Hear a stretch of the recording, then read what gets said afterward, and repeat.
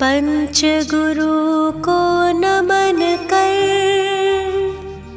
जिन आगम को ध्याए, देव शास्त्र गुरु शरण में आत्म शांति को पाए। चंद्र प्रभ है चंद्र सम, देते हैं वरदान। सोनागिरी के चंद्र को शत शत करो प्रणाम।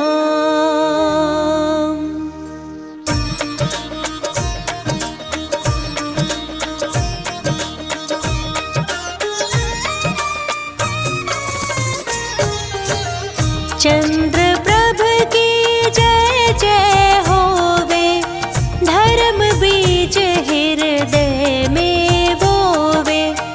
चंद्र चांदनी जो बरसाता, अमृत भक्त प्रभु से पाता।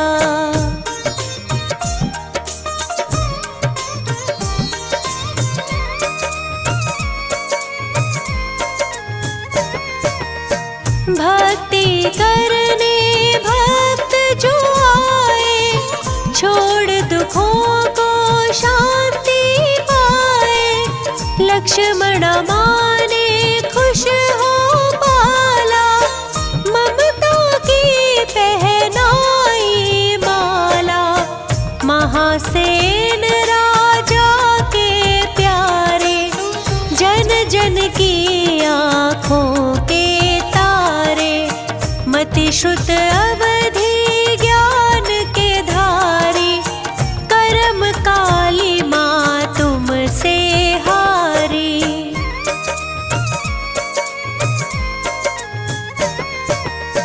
चंद्रपुरी है नगर सुहाना, दुल्हन सम था उसका बाना।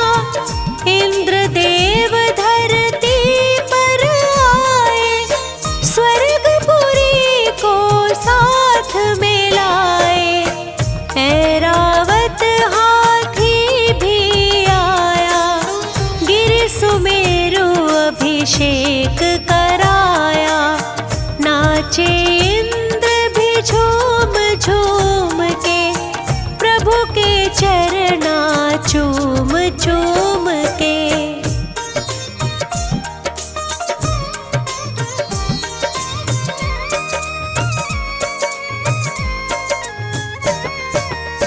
भोजन वस्त्र स्वर्ग से आया, सेवा करके मन हर्षाया। चंदा सम बढ़े समय को बीते, शरद पूर्ण की कांति जीते। एक दिन दर्पण में मुख देखा, फिर वैराग्य का कारण लेखा।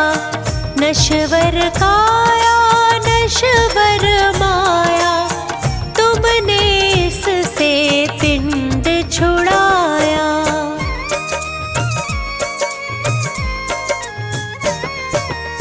बिमला नामक पाल की लाए, इंद्र सहेतु वन को जाए। छोड़ दिए सब वस्त्राभूषण, दूर किया ज्ञान का दूषण। पंच महाव्रत समिति धारी, गुप्ती रक्षा करे तुम्हारी। राग द्वेष संसार बढ़ाए, वीत रागता को तुम पाए।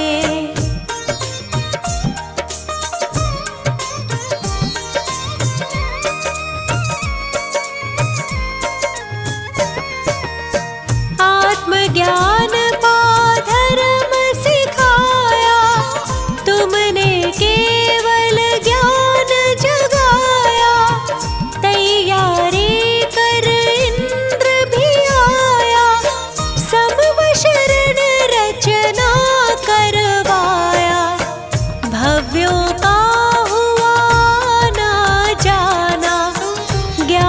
प्राप्त कर मुक्ति पाना। सोनागिर में किया था वासा, भक्त करे पूरी अभिलाषा।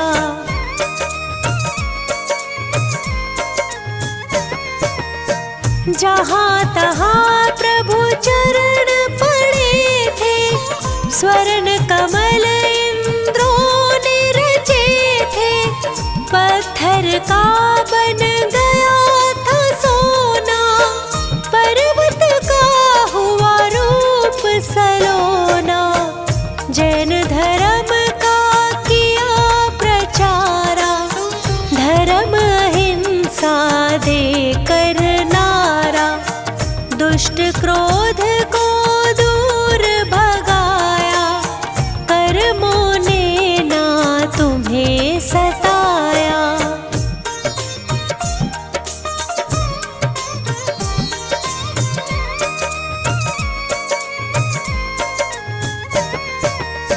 चमत्कार प्रभु ने दिखलाया, रोग शोक को दूर भगाया। गूंगे को दे दी थी वाणी, पढ़े बैठ कर जो जिन वाणी। लंगड़ा दौड़ दौड़ के चाले, अंधापन भी प्रभु जी टाले। चंदा सब उजियारा पाया, मुक्ति का रस्ता दिखलाया।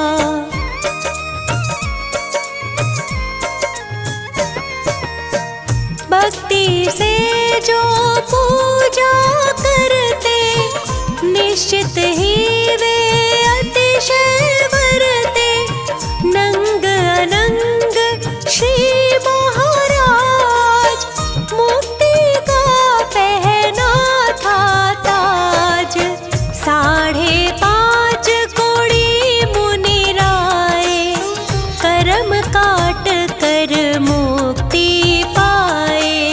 सोनागिरि दर्शन को जाऊं, झुक झुक चरणों शीश नवाऊं।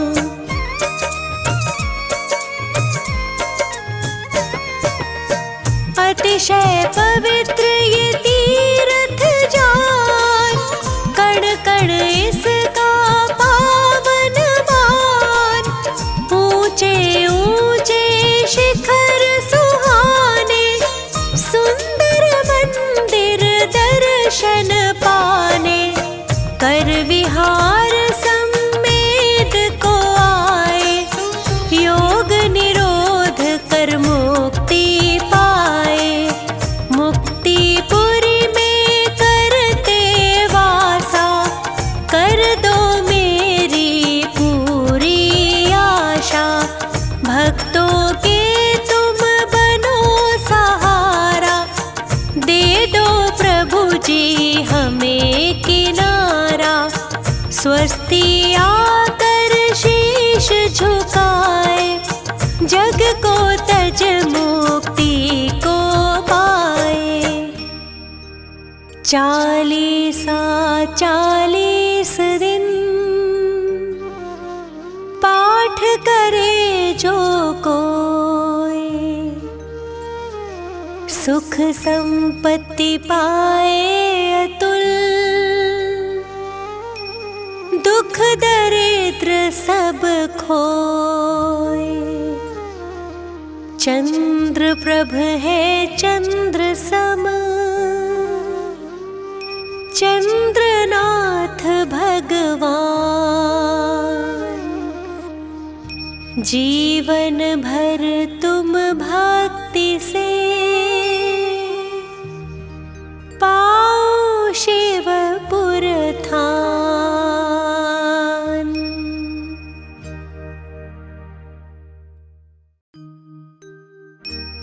पंच गुरु को नमन कर,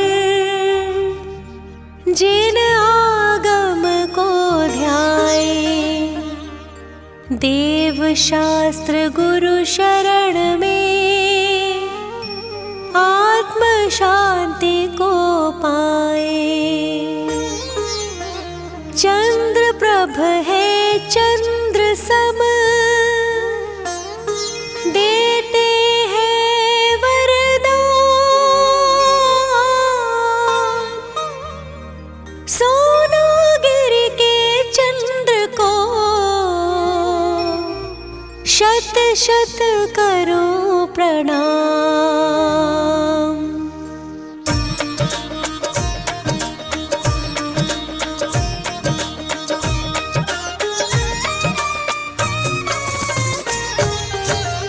चंद्र प्रभ की जय जय होवे, धर्म बीज हृदय में बोवे।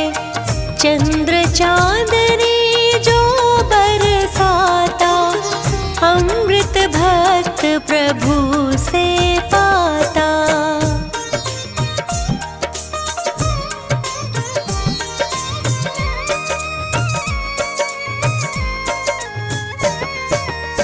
भक्ति करने भक्त जो आए, छोड़ दुखों को शांति पाए।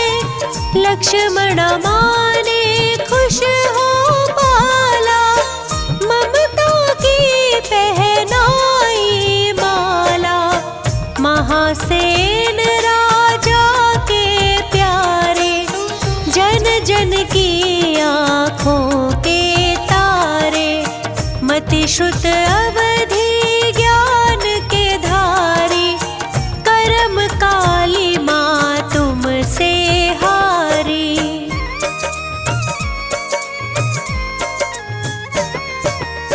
चंद्रपुरी है नगर सुहाना, दुल्हन सम था उसका बाना। इंद्रदेव धरती पर आए, स्वर्गपुरी को साथ में लाए। ऐरावत हाथी भी आया, गिरि सुमेरु अभिषेक कराया। नाचे इंद्र भी झूम झूम के, प्रभु के चरना चूम चूम के।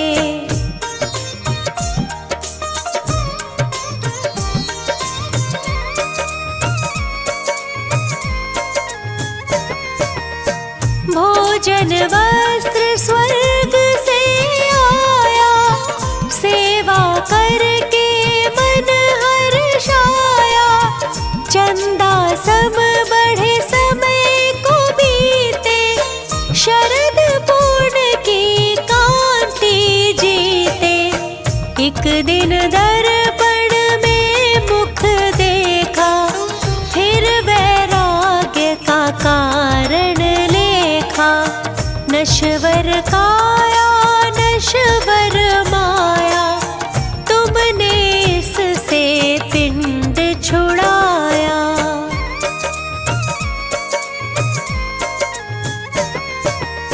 बिमला नामक पाल की लाए, इंद्र सहेतु वन को जाए।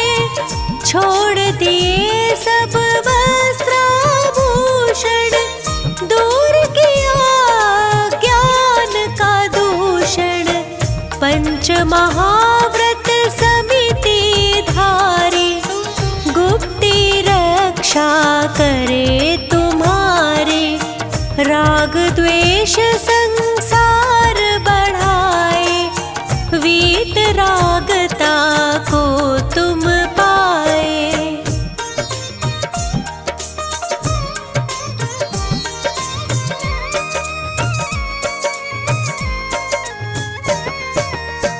आत्मज्ञान पा धर्म सिखाया, तुमने केवल ज्ञान जगाया।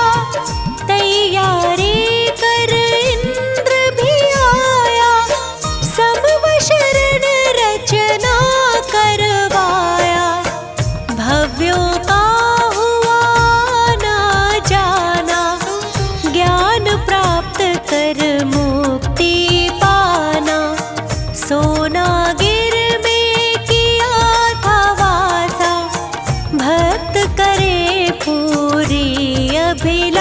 आशा।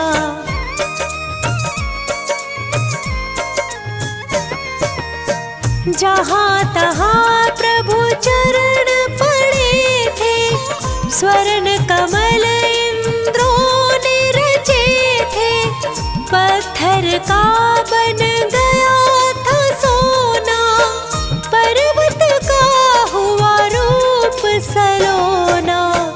जैन धर्म का किया प्रचारा, धर्म अहिंसा देकर नारा। दुष्ट क्रोध को दूर भगाया, कर्मों ने ना तुम्हें सताया।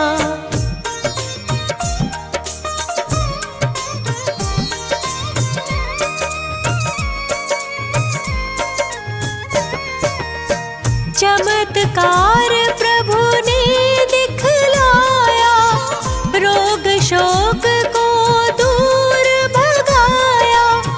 गूंगे को दे दी थी वाणी, पढ़े बैठ कर जो जिन वाणी। लंगड़ा दौड़ दौड़ के चाले, अंधापन भी प्रभु जी टाले। चंदा सब उजियारा पाया, मुक्ति का रास्ता दिखलाया।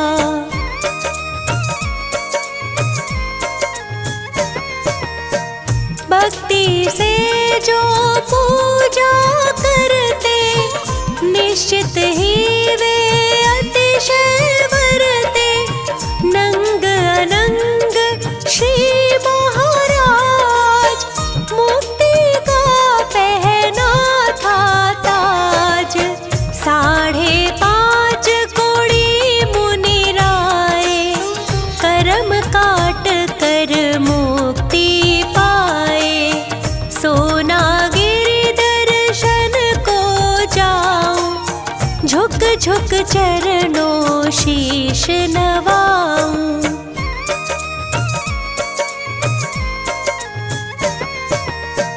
अतिशय पवित्र ये तीर्थ जान, कण कण इसका पावन मान। ऊंचे ऊंचे शिखर सुहाने, सुंदर मंदिर दर्शन पाने। कर विहार सम्मेद को आए, योग निरोध कर मुक्ति पाए। मुक्तिपुरी में करते वासा, कर दो मेरी पूरी आशा। भक्तों के तुम बनो सहारा, दे दो प्रभु जी हमें किनारा। स्वस्ति आकर शीश झुकाए, जग को तज मुक्ति को पाए। 40 दिन पाठ करे जो कोई, सुख संपत्ति पाए अतुल। दुख दरिद्र सब खोए, चंद्र प्रभ है चंद्र सम, चंद्रनाथ भगवान। जीवन भर तुम भक्ति से पाओ शिवपुर थान।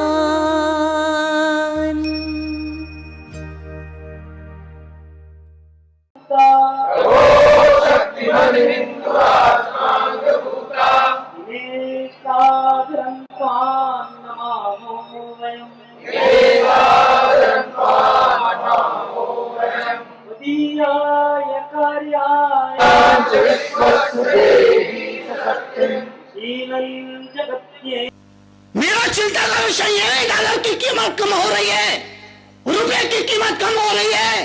मेरा चिंता का विषय सिर्फ इतना है, मनुष्यता की कीमत कम हो रही है। कोशिश करना है,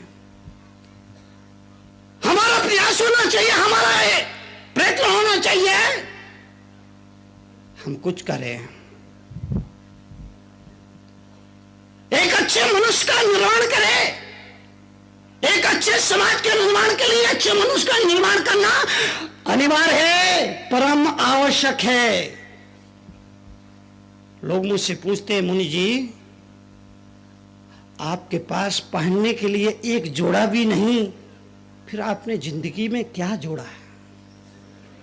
मैं कहता हूं मेरे भाई, मैंने जिंदगी भर छोड़ा ही छोड़ा है, और जोड़ने के नाम पर मानव को मानव से जोड़ा है।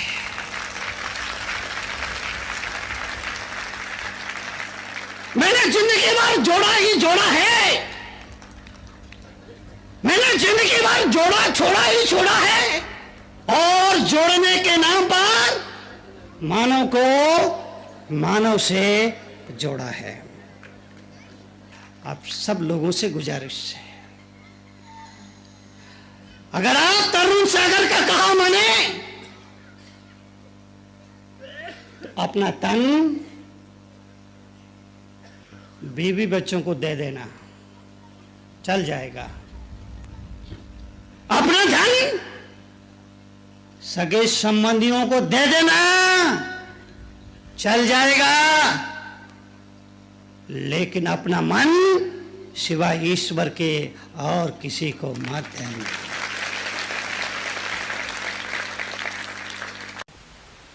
जिंदगी में कभी दुख आता है तो घबराने की जरूरत नहीं है, परेशान होने की जरूरत नहीं है, उसे भी स्वीकार करो।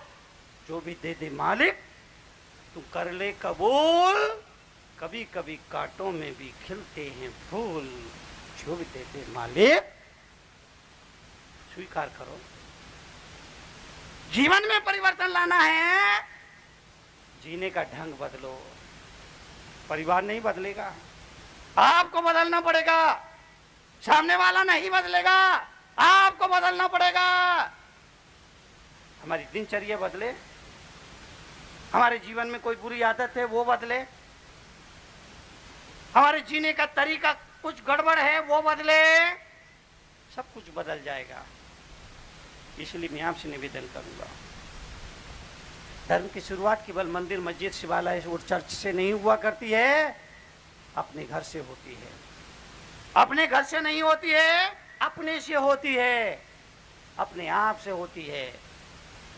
इसलिए जीवन के लिए, जीवन की समृद्धि के लिए, जीवन के कल्याण के लिए हम गुरुओं के पास जाते हैं, मुनियों के चरण छूते हैं। क्यों? क्यों मुनियों के चरण छूते हैं? क्यों? इसीलिए मुनियों ने इन चरणों से पूरे देश की ही, पूरे हिंदुस्तान की यात्रा की है। मुनियों ने इन चरणों से तमाम तीर्थों की वंदना की है, और जब कोई श्रावक उन चरणों को छूता है तो उसे तमाम तीर्थों के दर्शन का फल मिल जाया करता है। इसलिए हम मुनियों के चरण को छूते हैं, चरणों की वंदना करते हैं। जीवन के लिए, जीवन की समृद्धि के लिए हमारी संस्कृति ने दिखाया चरणों में झुकना, चरणों में आचरण होता है। हम भी उसके हकदार बने, इसलिए हम चरण वंदना करते हैं। लेकिन आजकल कभी बहू को सास के चरण छूने की जरूरत पड़ जाए, शादी विवाह होती है, कई प्रसंग आते हैं, बहुओं को अपनी सासू के चरण छूना पड़ती हैं, पैर पड़ना पड़ती है। तो कैसे पैर छूती है? कैसे पैर छूती है? पैर नहीं छूती, घुटने छूती है। पैर चरण आचरण के प्रतीक है। जब हम किसी के चरण छूते हैं तो ये भावना कहते हैं आपके चरण में जो आचरण है हम भी उसके हकदार बने। लेकिन जब बहू अपनी इस बूढ़ी सास के चरण छूते हैं, बूढ़ी सास के घुटने में क्या होता? क्या होता? सास के घुटने में क्या होता? सिवाय दर्द के और क्या होता है? लेकिन जब कोई बहू सास के घुटने छूती है तो मुझे लगता है बहू कह रही अम्मा आपके दर्द का, घुटने का दर्द मेरे।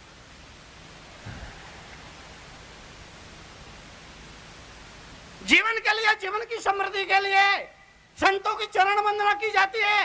चरण वंदना इसीलिए की जाती है, हम भी उस आचरण के हकदार बने। पर याद रखना, संत के चरण में रुकना सरल है, संत के चरण में झुकना सरल है, पर गुरु के चरण में रुकना बहुत ही दुर्लभ हुआ करता है। झुकना सरल है, झुकना सरल है, पर रुकना रुकना रुकना, अरे झुकने वाले तो हजारों हुआ करते हैं। बाहर कहीं भी जाए, महिलाओं की एक डिमांड होती है, मेरे लिए एक साड़ी लेके आना। सुबह सुबह पति तैयार हो रहा था, मूड जरा उसका ऑफ था। पत्नी ने कहा, कहाँ जा रहे हो? पति बोला, बाहर में। बोले ठीक है, मेरे लिए एक साड़ी लेके आना।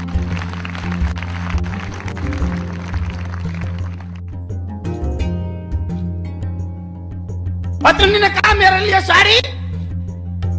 पति बोला, मंगाई है। शाम को जब पति खाली हाथ वापस घर लौटा तो पत्नी ने कहा, तुमने सुबह कहा था मेरे लिए साड़ी। पति बोला, मैंने कब कहा था कि सुबह तुम्हारे लिए साड़ी? पत्नी बोली, तुमने कहा था कि साड़ी मंगाई है। पति बोला, मैं तो बोला था कि मंगाई है। निवेदन करना चाहते, रुपए की कीमत कम हो रही है, यह मेरा मतलब मकसद नहीं है, यह मेरी चिंता का विषय नहीं है। डॉलर का मूल्य कम हो रहा है, यह मेरी चिंता का विषय नहीं है। मेरी चिंता का विषय सिर्फ इतना है, इंसानियत का मूल्य दिन ब दिन कम हो रहा है। आज किसी को 50,000 रुपए दो और किसी की आप टांग तुड़वा सकते हो। किसी को लाख रुपए दो, किसी भी आदमी का किडनैप करवा सकते हो। 2 लाख रुपए दे दीजिए, किसी भी आदमी का आप मर्डर करवा सकते हो। यानी आदमी की कीमत, आदमी की जान की कीमत सिर्फ कुछ चंद रुपए ही रह गई है। मानवता की कीमत घट रही है, इंसानियत की कीमत घट रही है। इसलिए आपसे निवेदन करूं, अपनी आदत ऐसी बनाओ कि परिस्थितियां कैसी भी हो, आप उनका सामना चिंता होती है, चिंता होनी चाहिए। कबीरदास जी से कहा कि तुम संत हो, महंत हो, साधु हो, सन्यासी हो, घर में रहते हो, सारे दिन कपड़े बुनते रहते हो, तो भजन कीर्तन कब करते हो? कबीर ने कहा कि भाई काम भी करता हूँ, भजन कीर्तन भी चलता रहता है, बाहर का काम भी करता हूँ, भीतर भीतर सुमरण भी चलता रहता है। जिज्ञासु ने कहा, ना ना ना, ऐसा भी हो सकता है क्या? है, मैं तुम्हारे पड़ोस में रहता हूँ, वर्षों से देख रहा हूँ, कई महीनों से देख रहा हूँ, कई दिनों से देख रहा हूँ, सारे दिन कपड़ों में कपड़े बुनते रहते, जुलाए हो, कपड़े बनाते रहते हो, कपड़े बेचते रहते हो, कपड़े रंगते रहते हो। हमने तुमको कभी स्मरण करते नहीं देखा, स्मरण करते नहीं देखा। सारी दुनिया, सारा ब्रह्मांड तुम्हें सन्यासी कहता है, साधु कहता है, तपस्वी कहता है, साधक कहता है, प्रज्ञा पुरुष कहता है, महान पुरुष कहता है, मगर मैं तुम्हारे बारे में जो देख रहा हूँ, जान रहा हूँ, मैंने तुम्हें कभी स्मरण करते नहीं देखा, स्मरण करते नहीं देखा, ये पूजा पाठ करते नहीं देखा, जप करते नहीं देखा, तप करते नहीं देखा। तो तुम कैसे सन्यासी हो, कैसे साधक हो, कैसे प्रभु के पुजारी हो? कबीर ने कहा, बाहर का काम भी चलता है और भीतर का काम भी चलता रहता है। नौजवान ने कहा, हम इस बात को नहीं मानते हैं, आप हमको बताइए, समझाइए किस तरह है। कबीर ने कहा, एक लड़की बड़ी होती है, सयानी होती है, माँ बाप को उसके विवाह की चिंता होती है, अच्छा घर अच्छा भर ढूंढ करके अपनी बेटी का विवाह कर देते हैं। बेटी विदा होकर के ससुराल जाती है, 4 दिन ससुराल में रहती है, 5वें दिन वापिस आती है। अब कबीर उस नौजवान से पूछता है कि बताओ, वो लड़की जिसकी अभी अभी शादी हुई, 4 दिन ससुराल में रह करके वापिस अपने पियर में आकर के बैठी है, तो कबीर कहता, बताओ, वो लड़की पियर में है, मगर उसका दिल कहाँ है, उसका मन कहाँ है, उसका ध्यान। और कई बार बहुत ज्यादा लाड़ प्यार बच्चों को जिद्दी बना देता है, उच्छृंखल बना देता है, ढीठ बना देता है। पहले 2-2, 4-4, 6-6, 8-8, 10-10 बच्चे होते थे, तो बच्चों को बहुत लाड़ प्यार नहीं मिलता था तो बिगड़ते भी नहीं थे। और अब एक ही, और उसको अगर छींक भी आ जाए तो पूरे हर घर में हंगामा मच जाता है। निवेदन किया जाना चाहिए, विचार किया जाना चाहिए, चिंतन किया जाना चाहिए, ईमानदारी से इस पर विचार किया जाना चाहिए। एक या दो बच्चे होते हैं, जरूरत से ज्यादा लाड़ प्यार होता है, जरूरत से ज्यादा लाड़ प्यार दिया जाता है, और इसकी वजह से वो बच्चे जिद्दी हो जाते हैं, ढीठ हो जाते हैं, उच्छृंखल हो जाते हैं, और बाद में माँ बाप की नहीं सुनते। बाप को कहना पड़ता मैं तेरा बाप कह रहा हूं, तो वो मुस्कुराता है सुन के, तो बाप ही तो कह रहे हो, कोई तोप तो नहीं कह रहे हो।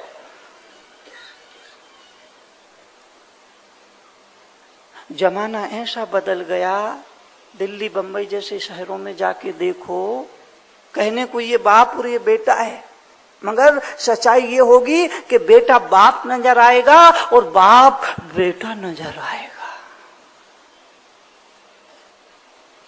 जमाना तेजी से बदल रहा है, रफ्तार से बदल रहा है, ये बदलाव का दौर है, ये बदलाव की प्रक्रिया है, ये बदलाव का दौर है। और बदलाव के इस दौर में ऐसे ऐसे बदलाव भी देखने में आ रहे हैं, परिवर्तन देखने में आ रहे हैं कि बाप कहने को बाप होता है मगर वो वहां बेटा नजर आता है, और कहने को बेटा जो होता है वो बाप दिखाई देता है। मेरा कहा मानो तो बच्चों से लाड़ प्यार जरूर करो, मगर उन्हें इतना लाड़ प्यार भी मत करो कि वो तुम्हारे सिर पे चढ़ जाए।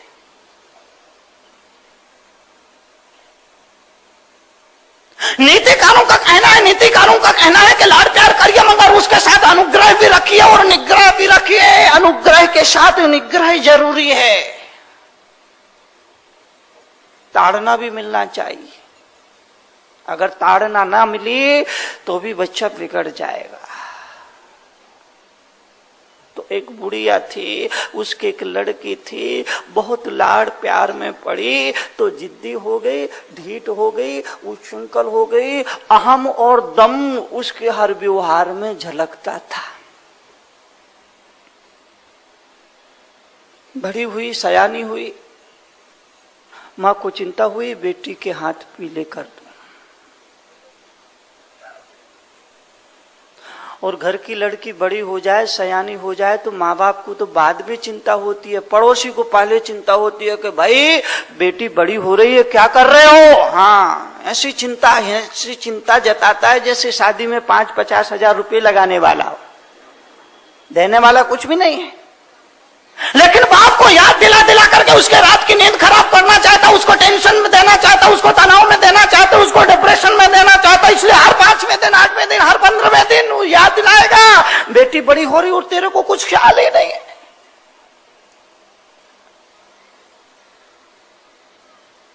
तो मां को चिंता हुई।